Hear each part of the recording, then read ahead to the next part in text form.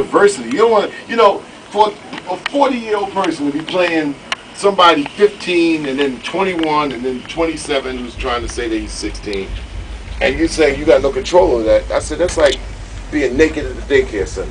And that's what these DJs are. They naked at the daycare center. Oh, you know, they'll figure it out. They'll know what it is. It's like, nah, you naked at the daycare center, man. Because all and you say that, yeah, I'm playing the music for 12 to 19-year-olds because those are listening to the station. But you 39. What the fuck are you what are you giving them? You have no idea. There's nothing worse than seeing a 45-year-old dude with his pants under his ass. Yo. I'm like, yo, skinny jeans under his. I'm like, yo, for real, man. That's like that uncle that embarrasses you at the barbecue and shit. You know that uncle. Everybody got that. I see shit right here. Oh, come on, damn. And you always bring that girl you really like to the barbecue, and she got to see that shit. Who the hell? I don't know that man. I don't know that. He's really not my real uncle, man. He's like, we just known him all our life. Man. Yeah, but you can't disown your local radio station, unfortunately. Well, you can't disown them. Yeah. Because my thing is like this: it's like it's not the artists that have failed hip hop; it's the radio. The DJs are terrible. DJs have never been. The radio DJs have never been whacker. Radio in this town has never been whacker. So that's whack. Yo, every radio DJ in New York right now playing rap. Terrible. Yo, we about to do real big right now. Let's go. we don't. Yeah, this one man I'm telling. Let's go. We don't need DJs to try to actually be more stars than the stars themselves. You got to present the art form. You got to break the art form down. And once you like, you know, that's garbage. And then, you know, not so much in this city, but when you actually take it to like other cities that copy New York, LA mentality, it's garbage times 3. So everybody playing, how stupid is it for somebody in Charlotte to spend most of their time playing artists from New York and LA? So ass backwards, and they're only playing artists from New York and LA because the companies ship the fucking records down there, so they end up playing New York and LA artists. So if somebody happens to come from North Carolina, they gotta get signed to the New York label to get played in North Carolina. Right. That shit is fucking slavery and sharecropping to me. There's no more local artist support. Right, and that's what urban radio should do. If they really want to figure out what's next. It's like, yo, I had to tell them this morning. You got artists that's been in Charlotte 25 years that's been trying to do their independent thing. You don't support them, and so you trying to play what? So-and-so from New York, you ask me questions about Jay-Z or R. Kelly, you from Chicago, this dude from New York. Who is from North Carolina that you can support? Anthony Hamilton from down there, you got to sign the Def Jam to get played in North Carolina. So that ass backwards mentality, it shows you the problem with the damn music. I am so tired of rap music having, no, this is rap music really having no fucking infrastructure. Rap music never had infrastructure. Well, that's a problem with never that. Did. That's like saying, well, you know, my bed ain't never had covers, and my floor ain't never had a rug. I'm not using an excuse, man. You so therefore, I'm gonna roll up in the corner in a fetus position, and just because I got a floor, I'm gonna we let it down. And I say we, you know, because it's collective. We kind of let it happen. I mean, you know, the pioneers that started it, they did what they did, but you know, unfortunately, everybody wants to romanticize hip hop. So hip hop forgot to wash his ass. That's hip hop never washed his ass in the first place. Well, there you and go. the thing is, outside people expected, well, since we wash our ass, we expected them to wash their ass, and that's not what happened. Some people just don't wash their ass. You know, some people wash their face with the same washcloth they wash their ass with. That's just the way some people are. Some people don't even use washcloths, man. It's like a raw bar of soap in the ass. So people just expect it, right? Yeah. I'm just saying. You're right. But you know, hip hop has never been defined. So when it's not defined, somebody's gonna come along and define it for us, and they're gonna do what they want to do with it. And then we complain after the fact. Well, that's fucked up. Well, you had the opportunity to do it. What happened? Well, fuck that. When there was somebody like, you know, you, or even I've come up with some ideas. I've talked to some people. I'm not gonna name no names, and they're like, well, who are you to try to do anything? I'm like, all right, well, maybe I'm nobody. Let VH1 come and decide what hip hop is.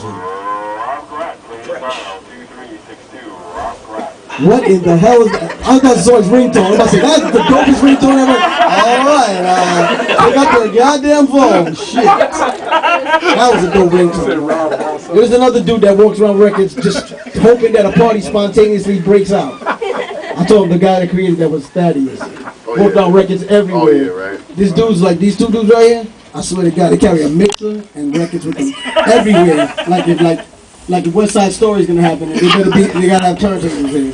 It's like, oh shit, somebody's rapping. What the fuck? Yeah, but no, Chuck is exactly right, and it shit is like real whack. I don't want to be. I don't want to be right. Yeah, but it doesn't matter where you want to be. You know, right. like for example, like Run DMC gets elected to the Rock and Roll Hall of Fame, and to me, Run DMC, I pray at the temple they rap at. But you have to look at urban radio. It was a whisper. At the urban press, black press, it was a whisper.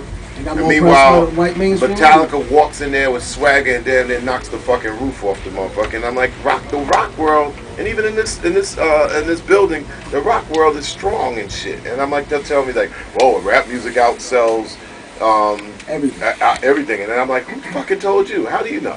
Well, last I looked, and where do you look? I heard it on Kiss. Yeah, I get rappers. I get rappers every day in the studio that come. I mean, Chuck doesn't talk to me more like he used to because he's smart.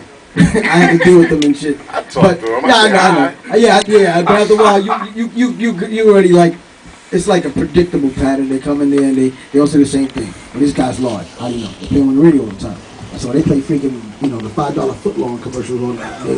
You see ones walking around with Subway sandwiches in their hands all over the streets. What does it have to do with selling? You know what I'm saying? It doesn't have anything to do with selling. It just means that they're trying to market. They're trying to make you buy it. It's like when I say it's platinum. Or sometimes record labels buy back a certain amount of records so they can make it platinum, so they can say, oh, the record went platinum. People, after all these years of hip-hop and shady deals, hearing Q-Tip say record company being shady, and hearing Jizza write a song every other week about some messed up record label or something like that, and you're still getting into bad deals, and you're still not seeing the big picture. And the problem is, nobody understands what this art is about. Because they're not doing an art, they're not creating an art. They don't do anything other than ends to a mean. They're trying to get money, they're trying to get something. I told Chuck I was watching The Last Samurai, which people make fun of because it's like Tom Cruise is not even a samurai. That's not the point.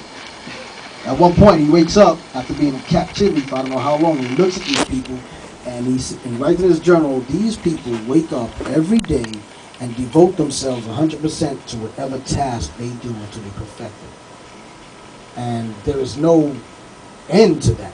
What's the end to that? You get paid more? Yeah, try to go back. You get paid more because you pour tea better than the next person? There's archers that do archery. There's kendo. There's all of that. But what's the end result? The end result is to make yourself better somehow. Hip hop was the anti-pop, right? What music was hip hop created to fight against? Does anybody know? Disco. Exactly. It was meant to fight against disco. What way to piss off a disco crowd than to rhyme non-rhythmically over their music without singing? That was the ultimate slap in the face. And that's what it was. And right now, what is the most popular music out there? Rap music, right? So you would think hip-hop would be anti-rap right now, wouldn't you? So I would think Hey Ya by Outkast is more hip-hop than any of the rap songs that have been coming out lately. Because it doesn't conform. Revolution can't be what's happening, because then that wouldn't be a revolution. So people have to redefine what they think they're doing. And unfortunately, people get into this, what they say, the game. It's not a game. People's lives sometimes depend on it. Our children's lives depend on it. Who has kids here? I got one girl that's about to graduate from high school. I got another one close by, and I got a little 6-year-old. They're all girls. So I'm really, really, really pissed off at hip-hop because, every other line for females is bitch. Bitch? I'm the only man in my family. I'm the oldest. My father died a long time ago. And I'm the only man. I have nothing but younger sisters and a mother and daughters. And my sisters have daughters. And I hear bitch one more time out of a dude's mouth, man, there's going to be a problem. So I need bitches say something, man. I'm just, and we tend to really, really, I don't know, we tend to really be desensitized to a lot of this stuff. I mean, how many people have seen somebody die in real life? I was in the Gulf War. You can tell Gary, I served in the military for 6 years. I was a Navy SEAL.